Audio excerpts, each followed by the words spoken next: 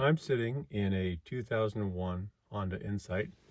It's got high-speed manual. I picked it up for a reasonable amount of money on Facebook Marketplace. Why did I get it? Why did I choose this as a project car? And any car that is 23 years old is a project car. So why did I do this? Well, it's the first hybrid introduced in the United States. It actually beat out the Toyota Prius by a couple of months. So this one's the 2000 model. I think I look at the door jamb, and it's manufactured in 1999. And the Prius came out. It was actually introduced in Japan earlier than that, but introduced in the United States later in 2000. Let's see. So back to why. It's got a lot of things that make it kind of unique for a car. One of them is it's purpose-driven. And by purpose-driven, I mean if you think back to the California Air Resource Board and their decision to have the zero emission vehicle mandate.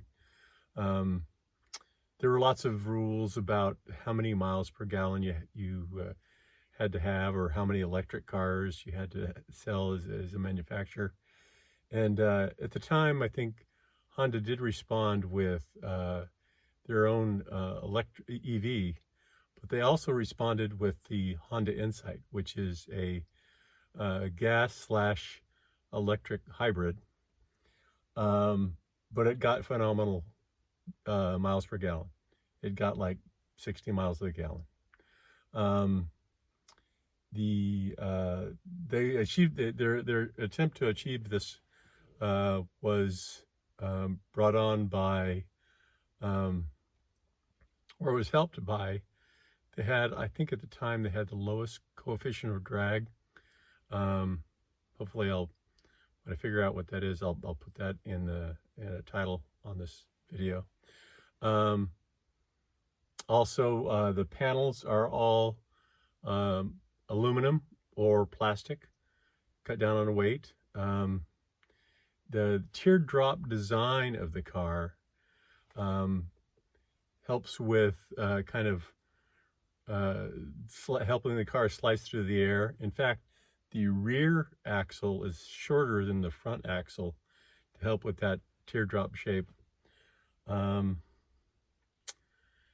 Also, there is a huge Honda Insight, and this is considered the first gen Honda Insight community of people that have all kinds of how-to do-it-yourself projects that you can apply, because the car is so simple. It's complex in that it's one of the first cars that had a hybrid, but aside from that, like there's no LCD panel like the Prius had. There's no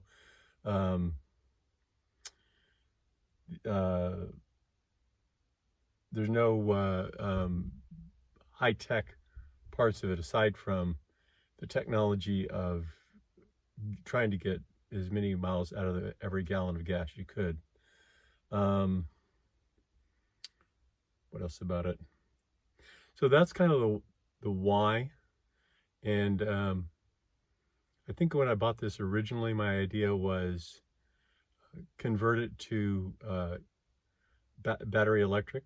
But I wanted to make sure that I could get everything in terms of the gas engine and the built-in battery system and the electric motor working in unison, prove that works on this car. So that's what I'm in the process now.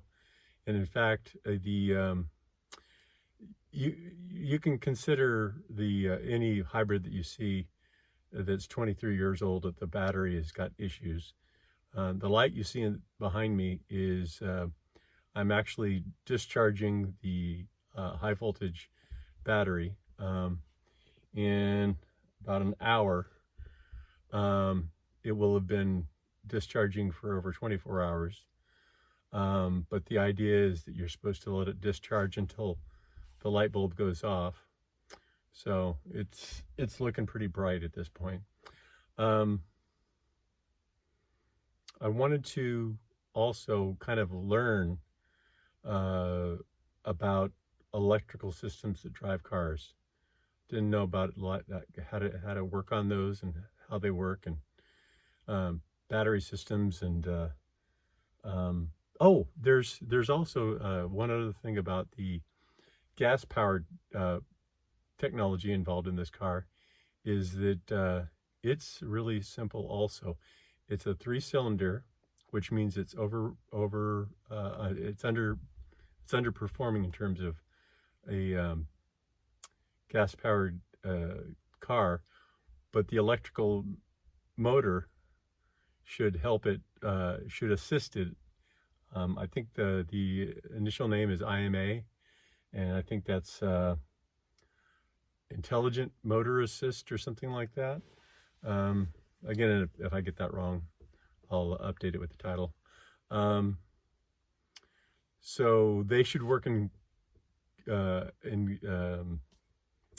cooperation with each other.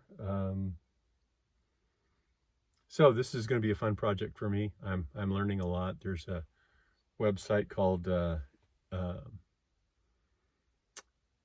think it's Insight Central, and they have lots of really smart people there that have all kinds of how to do projects for increasing your gas mileage, or the batteries are nickel metal hydride, and the nickel metal hydride were the exact same battery technologies that were in the original Prius. I think at some point both Honda Insight and Toyota Prius moved into lithium-ion battery technology. But this is an older one, so it had the nickel metal hydride. That's currently what's being discharged at this point. The trick with these batteries is that you charge them up as high as you can using a thing called a grid charger. And there's a gentleman on Insight Central, who has proposed how to make a grid charger to charge your battery directly. When I bought this car, it actually came with a grid charger that was hardwired in the trunk of the car, and all you had to do is, it had a 110 plug-in, and you just plugged that into 110 and you could charge your car. One of my first projects was I separated those so that the grid charger would plug into a XT60 plug instead, so you wouldn't have to carry it around with you when you did, when you're just driving down the road.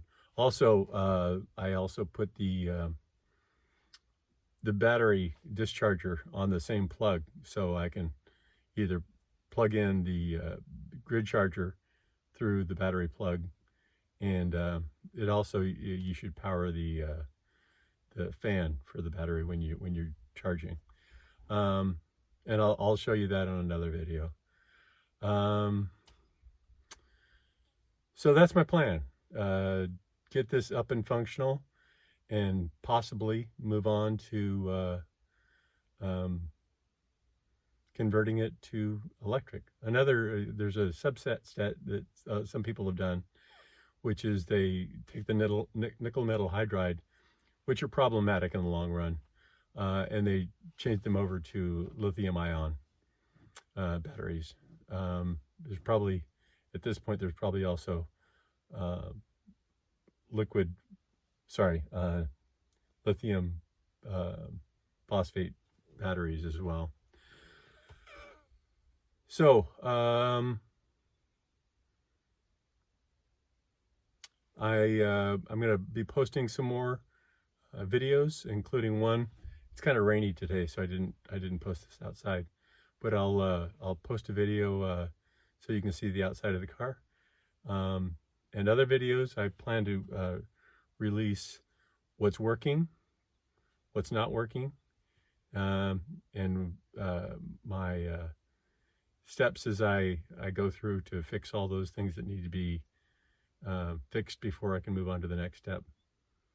Thank you. I hope you join me in this journey. Bye.